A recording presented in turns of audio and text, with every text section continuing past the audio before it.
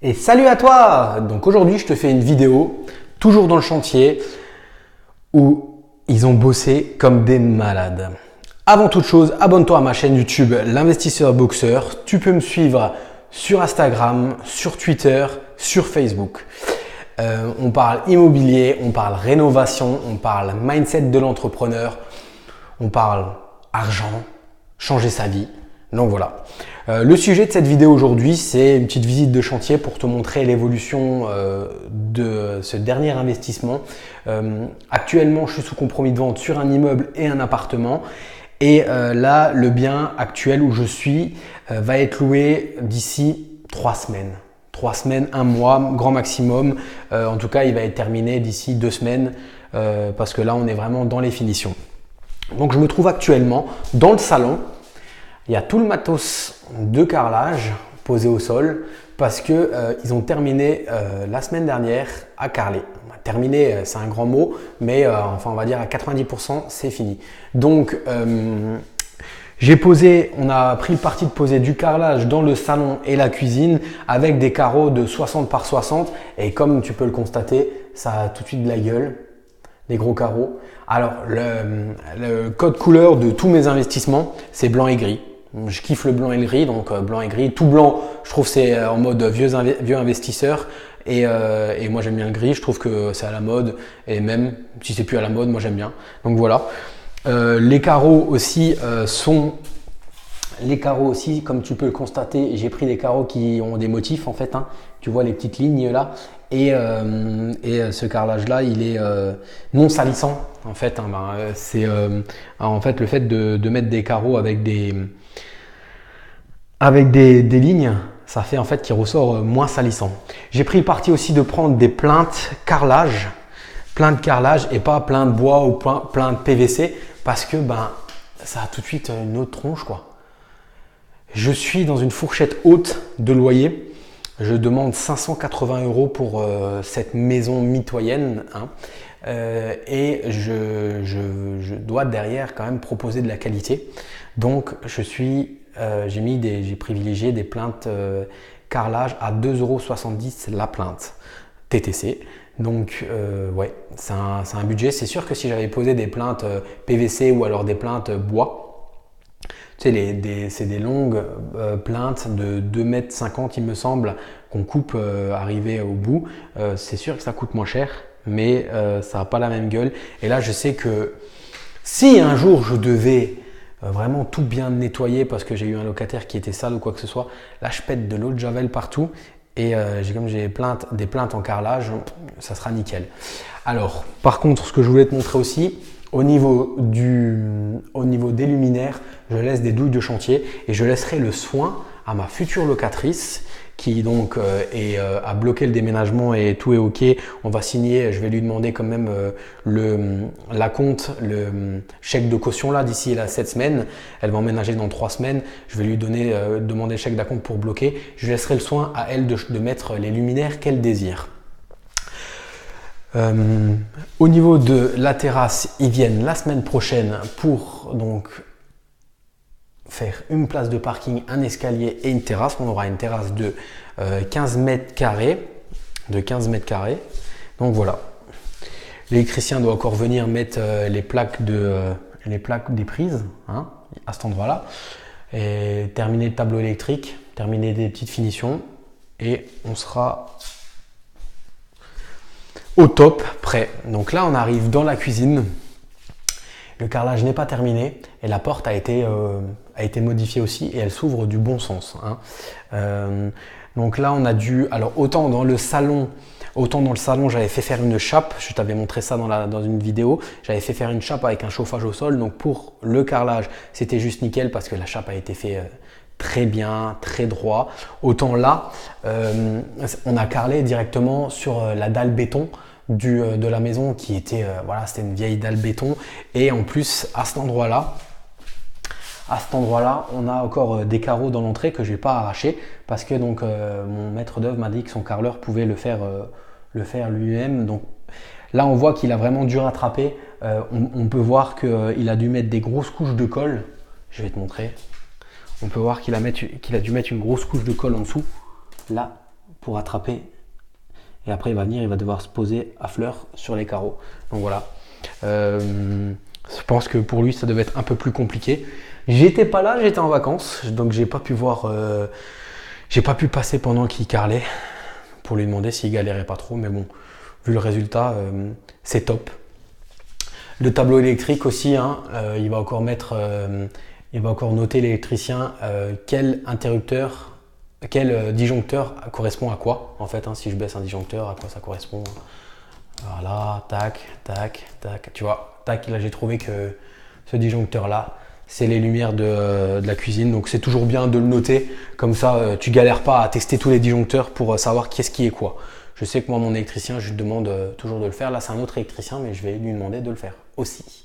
Voilà, les luminaires, pareil, hein, douille de chantier. Je la laisserai faire elle-même. Voilà.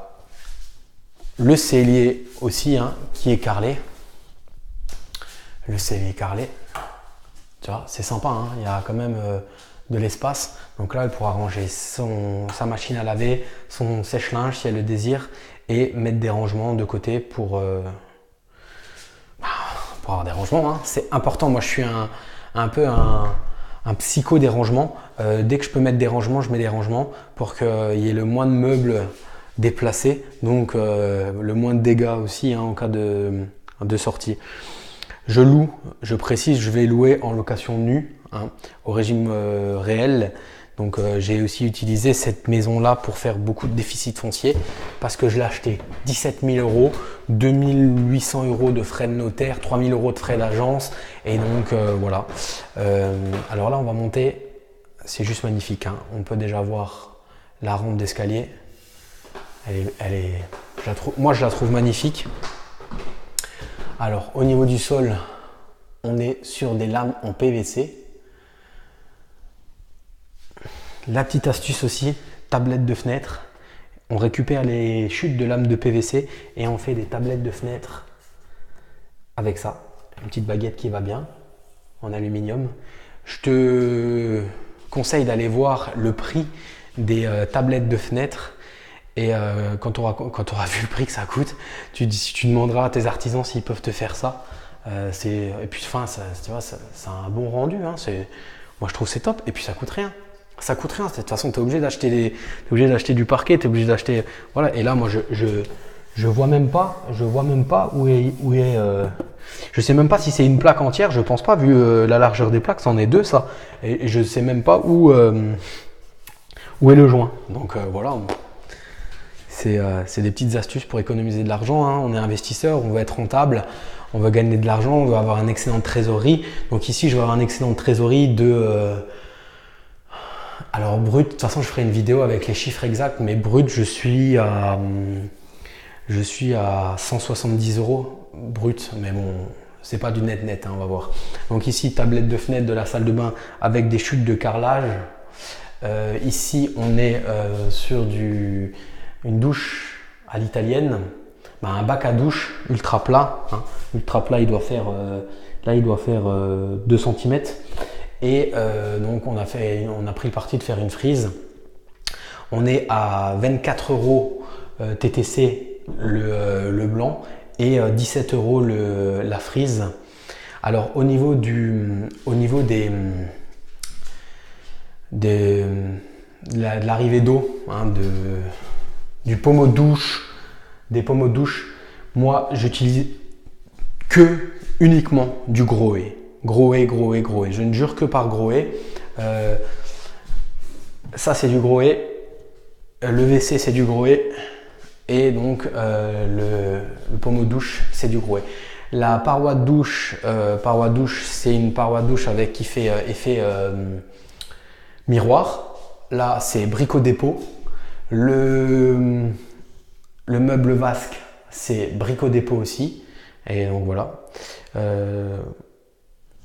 Il y a des choses qu'on peut acheter au Brico Dépôt, il y a des choses qu'on ne peut pas acheter au Brico Dépôt, il y a des choses qu'on peut acheter chez Leroy Merlin, il y a des choses qu'on ne peut pas acheter chez Leroy Merlin. En tout cas, s'il y a un truc où je mets, on va dire, la fourchette pas maximum haute, mais où si je cherche quelque chose de marque et de qualité, c'est Grohe, c'est vraiment les arrivées d'eau, Les robinetteries, c'est gros. Après, la paroi de douche, je sais que j'en ai une fois mis une à 850 €. Elle a été trempée pour que l'eau, qu'il n'y ait pas de traces d'eau. Celle-ci, elle coûte 250 €. Ça va très bien. Comme dit, on va être rentable. Donc voilà, avec encore la tige pour fixer. Donc voilà. Et la luminaire, toujours pareil, douille de chantier. Douille de chantier que je laisserai ma locatrice changer son luminaire. Et au-dessus de moi, un extracteur. C'est pas une VMC, c'est un extracteur. Et donc comme il y a une fenêtre, voilà, extracteur juste au-dessus des toilettes qui s'allume, il me semble, avec la lumière. En tout cas, on n'entend rien du tout. Voilà. Donc voilà. Là, on passe le couloir pour arriver dans la chambre à coucher. Alors la chambre à coucher, parquet flottant. Voilà, code couleur blanc et gris. Une belle chambre à coucher qui doit faire 15 mètres carrés. Alors là, on voit quand même que c'est le parquet flottant qui a été posé au sol, qui est posé en tablette. Et là, on voit bien le joint. Là, on voit bien le joint. Donc voilà. Récup. Argent. Voilà, je vais encore te montrer le cellier du premier étage. Voilà, il y a le chauffe-eau. Donc le chauffe-eau est juste à 3 mètres de la douche. Donc au niveau consommation d'eau, elle ne va pas non plus attendre 115 ans pour qu'elle ait de l'eau chaude. Donc là, on monte au deuxième étage dans la pièce,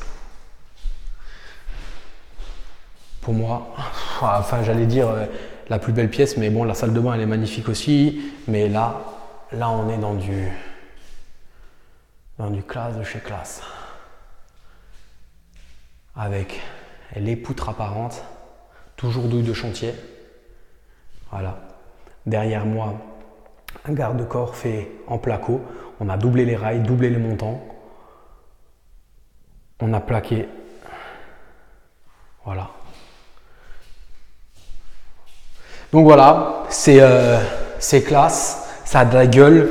La cible c'était quelqu'un qui pouvait se permettre de payer 580 € de loyer, un village attractif, un collège, juste le village d'à côté. Dans ce village là où le bien est, école primaire, école maternelle, périscolaire, ça c'est pour les parents, c'est le top. Boucherie, charcuterie, pharmacie, cabinet médical, 3 cabinets infirmiers dont moi, et 4 kinés, 2 bureaux de tabac, de quoi aussi une station essence. Enfin voilà, c'est un village très attractif, 1500 habitants et à 10 minutes d'une ville la plus proche de 15 000 habitants. Donc voilà, cette locatrice va travailler dans la ville à côté de 15 000 habitants et elle est super ravie parce qu'en plus il y a un arrêt de bus à 100 mètres de la maison. Sa fille a 11 ans, elle va aller au collège à côté. C'est un petit collège qui regroupe 6 villages. Donc derrière, c'est pas la zone, elle risque pas d'avoir de délinquance, donc elle est super contente. Et puis voilà, sa fille, je pense qu'elle va utiliser cette chambre-là. Elle va pouvoir poser son pied ici. Et ça va être nickel, tout le monde est content. Moi, je loue sur la fourchette haute, je suis satisfait aussi. Donc voilà. Je te remercie d'avoir regardé cette vidéo jusqu'au bout. Tu peux la liker, tu peux me suivre sur Facebook MH Invest, sur Twitter et sur YouTube l'investisseur boxeur. On parle immobilier, on parle mindset, on parle entrepreneuriat. J'ai un lien dans la vidéo qui te donne accès à une formation gratuite, à peu près 50 minutes à 1 heure de formation gratuite. Tu cliques, tu rentres ton prénom, ton email, tu as cette formation directe, c'est 5 vidéos. J'ai ma formation phare aussi qui me permet de faire des investissements comme ça, où je te livre tout ce que je sais. Plus de 8 heures de formation, j'ai des élèves qui sont déjà passés à l'action, qui sont au taquet. Donc n'hésite pas, clique sur le lien et vas-y, fonce, passe à l'action. Je te dis à bientôt pour de nouvelles aventures immobilières et du mindset. Salut!